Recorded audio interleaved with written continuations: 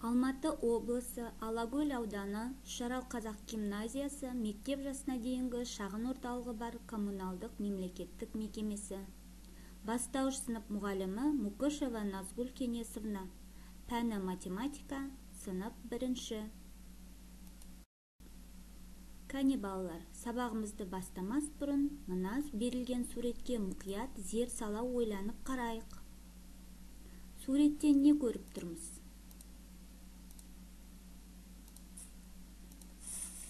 Қандай дыбыс естіп тұрмыз?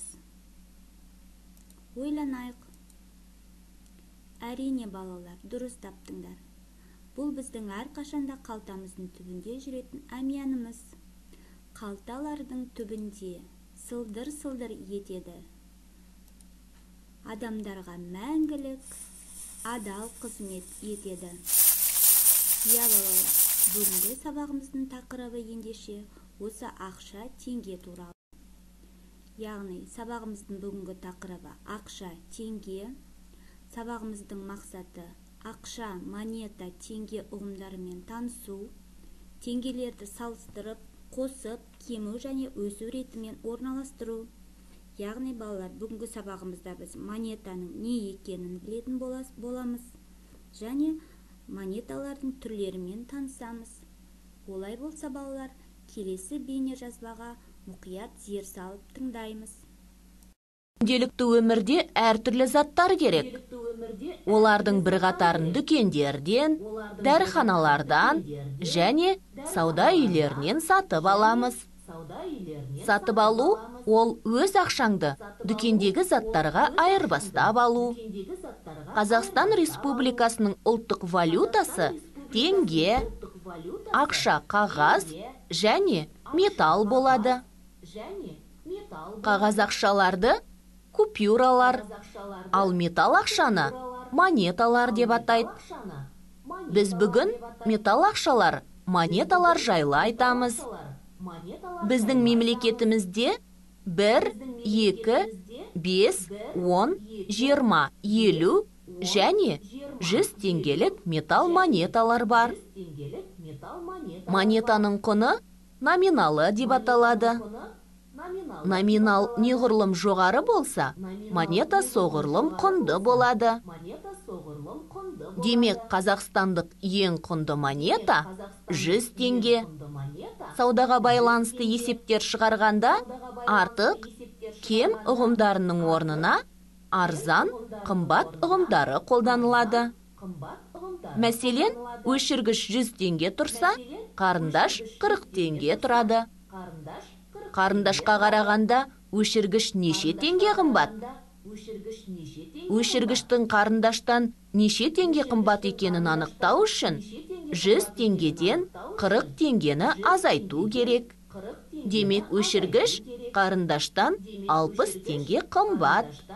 Есте сақта, теңге сөзі қысқартылып былай жазылады.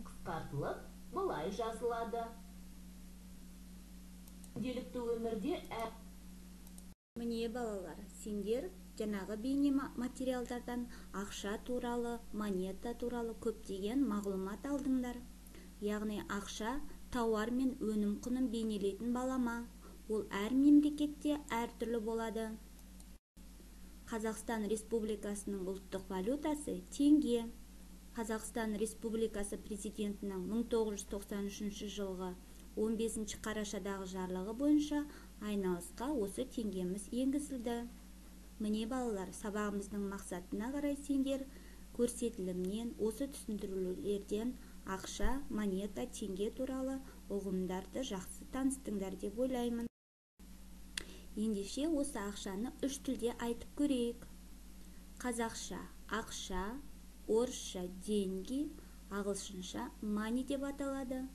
Осы берілген атауларды мұқият есімізде сақтайық. Монета дегеніміз ақшаның құнды металдан, яғни мыс, күміс, алтыннан жасалған түрі. Заттарды сатып алу үшін металдан жасалған ақша, осы монеталарды қолданамыз. Енді балалар, оқулығымыздың 78-79 бетіндегі берілген суреттерге назар аударайық. яғни сурет бойынша мысалдар құрастыр, оларды шығар.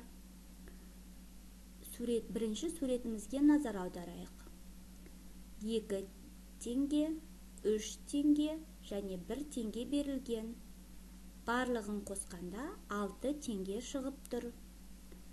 Екінші сурет мысалы бойынша 3 теңге, 1 теңге және 4 теңге. Барлығын қосқанда бізде балалар 8 теңге шығады. Оны біз өрнек бойынша былай құрастырдық. Келесі 2 сурет бойынша енді балалар өздерің өрнек құрастырып, осы бойынша мысалдарды құрастырып шығарасыңдар.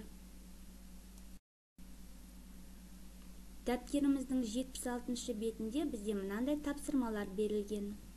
Монеталарды бейнеленген сандардың өсу ретіне қарай оларды бір сызықпен жалғастырып қос. 1 теңгелік монетадан баста. Яғни біз сабағымыздың берілген мақсатында біз монеталарды өсу және кему ретімен орналастыра білуді көздегенбіз. Ендеше осы тапсырма арқылы сендер жақсы дұрыс орналастырады деп сенемін. Бұл тапсырманы мен сендермен ойын ретінде ойнағым келеді. Ал мына екінші тапсырманы берілген заңдылықты сақтап монеталарды орналастыр. Яғни бірінші қатарда өсу ретімен, екінші қатарда кему ретімен орналастырасыздар. Кәне бірге санап шығайықшы. 1, 2, 5, 10, 20. Енді кері бағытта санаймыз. 20, 10, 5, 2, 1. Жарайсыңдар балалар. Кім жылдам ойынын бірге орындап көрейік. Мына жерде бізде монета берілген, олар ретсіз тұр. Біз оларды қазір өсу ретімен орналастырамыз. Яғни ретсіз тұр бұл жерде. Бірінші бізде 1, одан кейін 5, одан кейін 10 теңге, 20 теңге, 50 теңге, 100 теңге. Кәне тексерейік. Яғни бізде бәрі жасыл түсі жанып тұр. Ендеше біздің тапсырмамыз дұрыс орындалды. Жарайсыңдар балалар. Бүгінгі біздің сабағымыздан ақша монета туралы өздеріңе көптеген мағлұмат алды деп ойлаймын.